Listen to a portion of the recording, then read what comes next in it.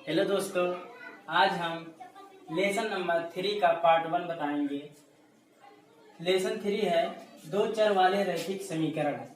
इसके पहले हमने पहला लेसन दूसरा लेसन वीडियो में बना के भेज चुका हूँ, बच्चे देख रहे हैं, और लेसन 3 वाला भी बना के भेज रहे हैं। दो चर वाले रैखिक समीकरण ये होता है हमारा लेसन नंबर 3। इसमें क्या होता है, यहाँ जो आया है दो चर, यहाँ चर आया है, दो चर आया है। कितना है? दो चर। इसके पहले वाले वीडियो में हमने चर के बारे में बता चुका हूँ। वेरिएबल्स क्या होते हैं, जो अंग्रेजी के अल्फाबेट होते हैं, अंग्रेजी के जितने भी अक्षर होते हैं, ये B C D dot dot dot X Y Z, ये सब चर होते हैं। बट ऐसा समीकरण रैखिक समीकरण का मतलब ये होता है जिसका घात 1 हो। मान लीजिए x है, कोई क्या है, चर है, और इसका घात 1 है, बराबर क्या, 0 के है। तो ये हमारा कौन सी समीकरण बनता है? रैखिक समीकरण। कैसे बना? बराबर कुछ के हो, बराबर जो है कुछ के हो तो वो समीकरण कहलाएगा। रैखिक का मतलब जिसका घात 1 हो। उसके बाद दो चर है, अर्थात जिसमें क्या दो चर होना चाहिए। मान लीजिए जैसे इसे लिखा है 6x + 5y बराबर कितना लिखा है, 6 लिखा हुआ है। तो यहाँ एक चर x है, दूसरा चर y है, अर्थात दो चर है। उसके बाद इसका घात 1 है, y का घात 1 है, बराबर कुछ के है। तो ये हमारा नियम पूरा फॉलो कर रहा है कि हाँ ये दो चर वाला है और रैखिक समीकरण है। ये लेसन के बारे में बता रहा हूँ कि लेसन में यही करना है। पूरे लेसन में इसी तरह रहेगा। इसी तरह देखो a1x + b1, जिसे इसका जो व्यापक रूप होता है वो क्या होता है, जिसे लिखा हुआ है a1x + b1y + c1 = 0। उसके बाद a1 था, अब a2x हो जाएगा, b2y हो जाएगा, +c2 = 0। ये जो है इसका रैखिक समीकरण का हमारा व्यापक रूप है। रैखिक देखो बराबर है कुछ के, और x का घात 1 है, दो चर है, x यहाँ और y यहाँ, x यहाँ y यहाँ।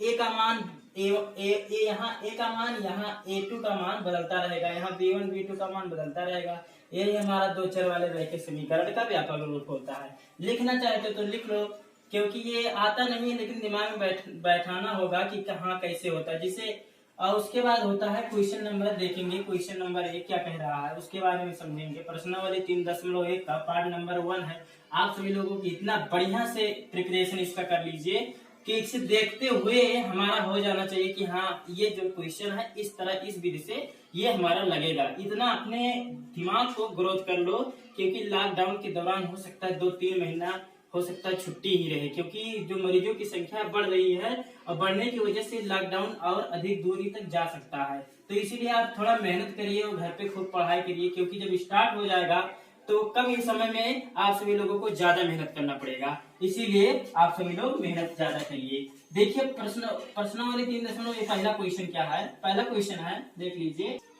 पहला है,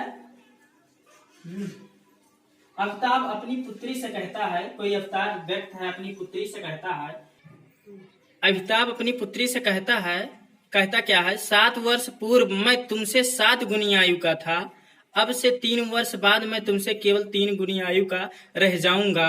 इस स्थिति को बीजगणितीय एवं ग्राफीय रूप में व्यक्त करना है। देखिए क्वेश्चन को कैसे लगाएंगे। मान लीजिए मेरी आयु जो है x वर्ष है, और कोई कह रहा है भैया आपकी 10 वर्ष पहले आयु क्या थी, तो x - 10 करेंगे। जैसे मेरी आयु इस समय 20 वर्ष है, अगर 10 वर्ष पहले देखा जाए, पहले माने क्या होता है, पूर्व माने पहले होता है, तो पहले का मतलब होता है बैक होना। क्या होता है? बैक, पास्ट में जाना। तो हम 20 में से क्या 10 वर्ष कह रहा है, तो 10 वर्ष घटा देंगे तो आंसर कितना, 10 वर्ष आएगा। यहाँ दूसरी नंबर है पश्चात। पश्चात मीन्स होता है बाद, यानी आने वाले भविष्य, आने वाला कल, बाद होता है। तो आज जो है प्रेजेंट टाइम, मेरी जो वर्ष है कितना है, 20 वर्ष है, और आने वाले 10 दिन बाद, यानी 10 दिन बाद, 10 दिन पश्चात क्या होगा, तो 20 में से 20 ये है और 10 ऐड कर लेंगे तो टोटल कितना, 30 वर्ष हो जाएगा।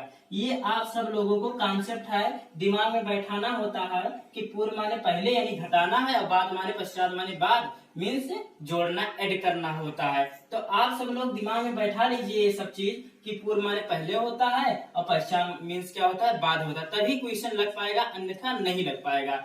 जैसे इस क्वेश्चन में क्या कह रहा है कि कोई पिताजी है, क्या है, कोई पिता, और पिता का नाम क्या है, अफ्ताब है, और उसकी कोई पुत्री है, पुत्री का नाम नहीं दिया हुआ है। तो अफ्ताब क्या कहता है कि 7 वर्ष पूर्व, यानी 7 वर्ष की पूर्व, मान लीजिए अगर पिता यक्ष रहा होगा तो 7 वर्ष पूर्व यानी क्या हो गया, यक्ष माइनस 7 हो गया। कह रहा है तुमसे 7 गुनी आयु का था, 7 गुनी आयु का था, यानी कौन 7 गुनी, ये पिता जो है 7, जाहिर बात है पहले की बात कर रहा होगा तो जाहिर बात पिता बड़ा होता है, गुना ज्यादा होता है, तो इसीलिए इसमें 7 हो जाएगा। और उसके बाद पुत्री का आयु, मान लीजिए पुत्री का वाई है, लेकिन कब, 7 वर्ष पूर्व, तो वाई माइनस 3। इसको सरल कर लेंगे, ये हमारा क्या हो जाएगा, पहली स्थिति आ जाएगी। और दूसरी स्थिति कह रहा है अब से, मानी प्रेजेंट टाइम से 3 वर्ष बाद, यानी अगर पिता यक्ष है तो बाद में 3, और उसके बाद बराबर लग जाएगा, उसके बाद क्या, पुत्री, इसका हो जाएगा तुमसे केवल 3 गुनी आयु का रह जाऊंगा, यानी भविष्य के लिए कह रहा है, पिता जो है 3 गुनी आयु का रह जाएगा। इसको सरल कर लेंगे, इसको सरल कर लेंगे, अर्थात यक्ष और वाई दो रैखिक समीकरण बन गया, 2 चर वाला, तो हमारा आंसर क्लियर से आ जाएगा।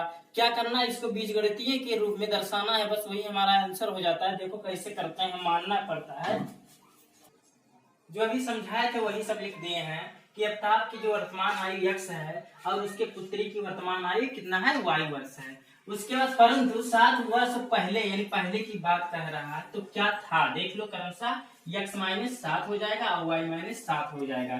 स्थिति पहला है, कह रहा है जो अफ्ताब है वो 7 गुना किससे, वो अपने पुत्री से, 7 गुना ये है ना कि ये, और जाहिर बात है पिता ये होगा 7 वर्ष, क्योंकि पिता बड़ा ही रहेगा ना। उसके बाद गुणा कर लेंगे, 7 का यक्ष से 7 यक्ष माइनस 7 7 49, वाई माइनस 7 हो जाएगा। ये 7 यक्ष है और ये प्लस वाई इधर आएगा, माइनस वाई हो जाएगा। ये माइनस 7 है, ये माइनस से उधर जाएगा, प्लस 49 हो जाएगा। ये ऐसा इसलिए करते हैं कि यक्ष और वाई को एक तरफ कर लिया जाता है और अंकों को एक तरफ कर लिया जाता है, तो हमारी कंडीशन बन जाती है। 49 में से 7 गया, 42 आ गया। पहली स्थिति ये है। और सेकेंड वाली स्थिति क्या है देख लीजिए, जो दूसरी स्थिति है, स्थिति नंबर दूसरा, सेकेंड कंडीशन क्या है, कह रहा है 3 वर्ष बाद, यानी 3 वर्ष बाद, यानी ऐड करने वाला आ गया। दोनों की आयु क्रमशः क्या है, यक्ष प्लस, यानी यक्ष वर्तमान था, 3 वर्ष बाद 3 ऐड कर लिए, उसके बाद दोनों की अर्थात पुत्री की भी, तो y प्लस 3 हो जाएगा, होगा या इस बात है। बाद वाला कह रहा है जैसे मेरी आयु मान लीजिए 2 वर्ष है, तो 4 वर्ष बाद कितनी हो जाएगी, 6 वर्ष हो जाएगी। उसके बाद कह रहा है जो अफ्ताब है वो क्या है, 3 गुना है किससे, अपने पुत्री से, तो यहाँ वही हल कर लिए, 3x 3 त्रिका 9 इक्वल टू वाई प्लस 3। ये x वाले को एक तरफ कर लेंगे, 3x ये प्लस है, y माइनस आ जाएगा, ये 3 प्लस उधर माइनस 9 हो जाएगा, 3x minus y equal to minus 6। Second equation जो है फर्स्ट टाइम ये सेकेंड बन गया है, तो पहली और स्थिति दोनों से, पहली स्थिति और स्थिति नंबर 2 से हमें 2 इक्वेशन प्राप्त हुआ, तो ये बीजगणितीय के रूप में प्रदर्शित हो गया। तो लिख देंगे बीजगणितीय रूप में, ये बीजगणितीय रूप में हो गया। 7x minus y equal to 42 equation first हो गया। और दूसरा इक्वेशन है 3x minus y equal to minus 6, equation second हो गया। तो जो दोनों इक्वेशन मुझे मिला है वो बीजगणितीय रूप में हो गया, यही हमारा आंसर है। 2 नंबर आएगा, आराम से आपको 2 नंबर मिल जाएगा। क्वेश्चन नंबर सेकेंड देखिए, नंबर 2 है, कह रहा है क्रिकेट टीम के एक कोच ने 49 रुपए में 3 बल्ले तथा 6 गेंदें खरीदी। बाद में उसने एक और बल्ला और तथा उसी प्रकार की 3 गेंदें 1300 रुपए में खरीदी। इस स्थिति को बीजगणितीय तथा ज्यामितीय रूप में व्यक्त करना है। तो देखो नंबर सेकंड को समझने से पहले आप सभी लोगों को थोड़ा हम बता देते हैं बेसिक कॉन्सेप्ट, कि इसका बेसिक कॉन्सेप्ट क्या होता है। मान लीजिए आप किसी दुकान पर गए और दुकानदार से 2 पेन और 6 बुक्स खरीदे, यानी 2 पेन लिए और 6 बुक दिए, और दुकानदार कहता है कि हमें 1300 रुपए, सॉरी 1 से 30 रुपया हमें दे दीजिए। दुकानदार कहता है आपसे कि 1 से 30 रुपया हमें दे दीजिए, लेकिन आपने ये नहीं पूछा कि दुकानदार से ये नहीं पूछा कि अंकल एक पेन का और एक बुक का कितना रुपया होता है, एक पेन का और एक बुक का कितना होता है। और आप क्या 2 पेन और 6 बुक खरीदे और वो 1 से 30 रुपया किसी तरह से कैलकुलेट, जो उसका भाव होता है, मार्केटिंग भाव होता है, वो उसी कैलकुलेट करके 1 से 30 रुपया ले लिया। आप घर पे आए, आप मान लीजिए आप घर पे आए और घर पे आपके पिताजी ने पूछा कि एक पेन कितना रुपए पड़ा और एक बुक कि एक बुक कितने रुपए की पड़ी, तो आप नहीं बता पा रहे हैं। इस एक कंडीशन में आप कभी नहीं बता पाएंगे जब तक आपके पास दो स्थिति ना हो। जिससे दो स्थिति जब बन जाएगी तो उससे एक पेन और एक बुक का मान निकाल सकते हैं। तो ऐसे ही हुआ कि एक क्रिकेट कोच ने क्या किया, 3 बॉल्स लिया और 3 बैट लिया और 6 बॉल्स लिया। कितने में? 39 रुपए में। क्या हुआ, एक क्रिकेट कोच, क्रिकेट जो सभी को कोच करने वाला होता है, क्रिकेट कोच होता है, वो 3 बॉल्स लिया और क्या 3 बैट लिया और 6 क्या लिया, बॉल्स लिया। कितना? 39 रुपए में लिया। और कह रहा है कि बाद में उसने एक बल्ला लिया, एक बल्ला, एक बैट लिया और कितना गेंदा लिया, 3 गेंद लिया, 3 गेंद लिया। कितने रुपए में लिया? ये लिया जो है 1300 रुपए में। ये कितना लिया? 1300 रुपए में लिया। तो इस स्थिति को बीजगणितीय के रूप में दर्शाना है। अब देखो, इसमें दर्शाना ये नहीं कह रहा है एक बल्ले और एक गेंदे का हमें मूल्य निकालना। स्थिति दर्शाना है तो बहुत सिंपल है। क्या मान लेंगे कि एक जो है, एक बैट का मूल्य x है और एक बॉल अर्थात एक गेंदे का मूल्य y है। इसमें x का गुणा करेंगे, इसमें y का, आंसर हो गया। ये x हुआ, प्लस लगा के y कर दिए, यहाँ x हुआ, प्लस लगा के y इज इक्वल टू पहली स्थिति, दूसरी स्थिति, आंसर हो गया। कितना इजी है बीजगणितीय, कितना इजी है बीजगणितीय रूप में हो गया। ये नहीं कह रहा है एक बॉल और एक गेंद का हमें मूल्य बताइए, ये कहता तो आसानी से निकाल लेते हैं।